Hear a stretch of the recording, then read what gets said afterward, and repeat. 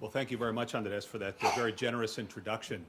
I have been proud to be associated with NDN for almost 10 years now, and to watch how they have been a very creative think tank on the progressive side of the political equation, focusing very heavily on many issues, including U.S. Hispanic issues and Latin America. And I'm delighted that they're culminating, that this session today on the summit is the next step in their program of deepening U.S. engagement with the region and deepening U.S. political engagement with the Western Hemisphere, which is so important, helping build a constituency here in Congress, here in Washington, for the sort of robust relationship that we need with the Caribbean, with Latin America, with our neighbors to the south. We are very fortunate today to have a diverse and excellent group of speakers. Representatives from 6 countries, 1 multilateral organization, the Senate, the House, and joining us from the White House, Jeffrey Davidow, who is the special advisor for the summit, who has been brought back out of retirement to help coordinate U.S. participation in the summit. By the end of the day today, I think we'll all have an excellent idea of how different regions and different countries are looking at the summit, how the White House looks at the summit, and how key members of Congress, Senator Menendez and Congressman Eliot Engel, view Congress's role in helping to deepen engagement with the Caribbean, Latin America, the Western Hemisphere. We're going to divide today's program into little bits with 2 speakers each, followed by Q&A. So we're going to hold the Q&A after the first speaker of each set of speakers, and then group together your Q&A for the 2 speakers at a time. The first speaker we have today is from the Organization of American States, Jane Thery, who has been involved in every one of the 5 summits of the Americas, going back to 1994, the first summit held in Miami, convened by my old boss, President Clinton. And she is currently the head of the Secretariat at the OAS for external relations. For years, she worked in the OAS Secretariat office, focusing principally on the summit. Before that, she worked on trade matters at the OAS. Her involvement with Latin America goes back to the early 1980s. Here to give us the perspective from the Secretariat for the Summit of the Americas process, from the Organization of American States, please give a warm welcome to Jane Thery.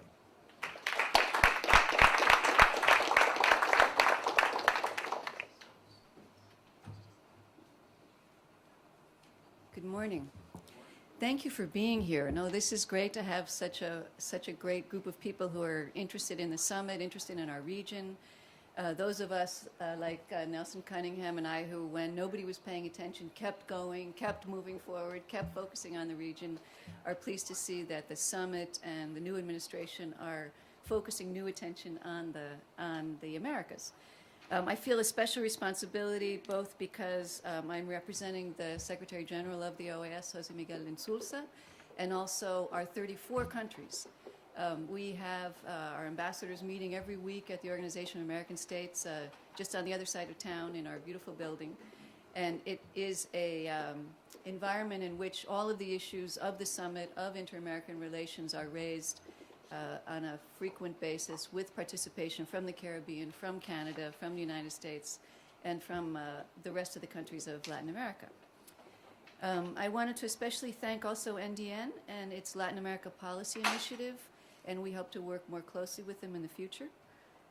I have, as I said, greetings and a message from Secretary General Insulza, who is also in Chile, and is also at the Progressive Leaders meeting, and will also be meeting with Vice President Biden there in Santiago. He says, the summits of the Americas play a fundamental role in the creation of spaces for dialogue in order to promote democracy, peace, and the opportunity for all member states to engage in a spirit of solidarity and cooperation to tackle the many challenges we face. So the summits bring all of us together. It's not a bilateral. It includes St. Vincent and the Grenadines as well as the United States, Mexico, and Brazil. And it's an opportunity for all of the elected leaders of these countries to work together to address the range of issues that we have in front of us. The OAS is very committed to the summit process. We have the Summit Secretariat at the OAS. We are the institutional memory for the summit. We keep the summit website, the summit documents. We support the host country, each of the host countries that hold a summit. We chair the Joint Summit Working Group, which is the 12 members of the Inter-American System, including the IDB, ECLAC, and PAHO, and they produce products. I left some of these around the room about progress in implementing the summit initiatives.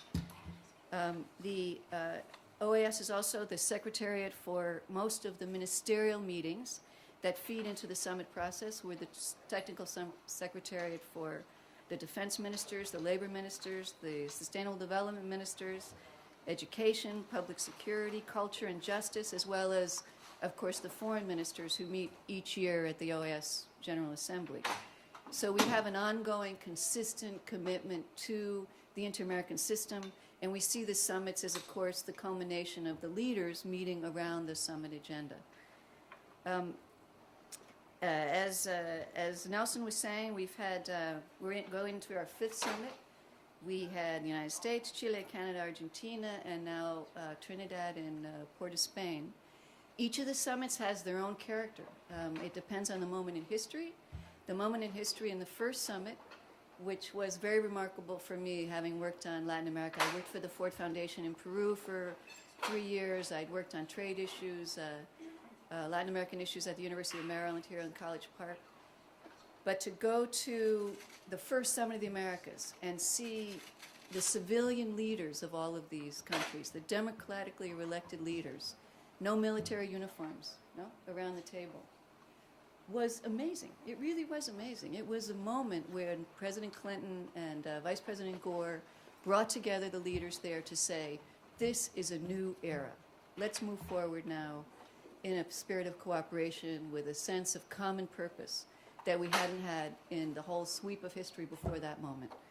And I see this summit process, for all of its jerks and starts, as being born then and continuing today. So as we go into Trinidad, this will be the first summit that we'll have in the Caribbean, so that's also historic and important. All 34 leaders have committed to be at the summit. This will also be a first. So the official photograph will have every single leader in the hemisphere. The themes are human prosperity, energy security, and environmental sustainability. So those have been negotiated and chosen with heavy participation by the host country, Trinidad and Tobago. Just to give you a quick update, all but 13 of the 95 paragraphs of the Summit Declaration have been agreed upon. So there's 13 what we call open paragraphs, where the countries are still debating on what the language will be in those paragraphs. So most of the declaration has been approved by the member states at the working level. That's where the foreign ministers send their delegates to what we call the Summit Implementation Review Group meetings. They just met Monday, Tuesday, Wednesday this week in Trinidad to negotiate this declaration, these paragraphs. The team is just returning to the OAS right now. There's, of course, the expectations are very high about engaging the new U.S. administration. That's everybody wants to be in the room with the new U.S. administration. They want their bilaterals. There's a big fight about the hotel rooms, who's going to be in what room with the new president, and can the Caribbean countries each meet with them for hours and hours on end? So it's there's a sense of excitement about this new administration. And I have to say, we had a long debate at the OAS about whether having the summit so early in this administration was a good idea or not. Shouldn't the new team be really put in place first, and a new policy orientation be formulated and expressed and discussed, and then have a summit? But actually, I think at the end of the day, the idea of having an early summit to kind of open the dialogue without a sense of a pre-cooked big agenda coming into this summit is very good for the hemisphere. I think at the moment is really right, because we have Fareed Zakaria calls the rise of the rest, right? We have Mexico, we have Brazil coming to the table. We have countries that have different orientations in the region.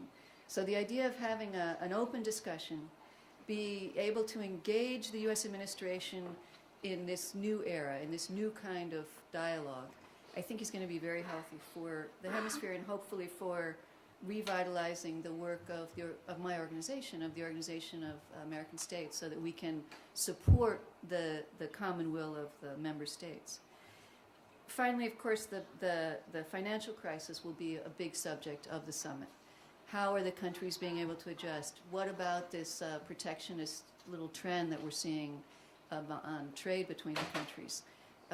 Can the governments be able to maintain their social safety nets or strengthen their social safety nets when they don't have the big commodity booms that they've had? So, those will be issues that'll be up front and center on our summit agenda.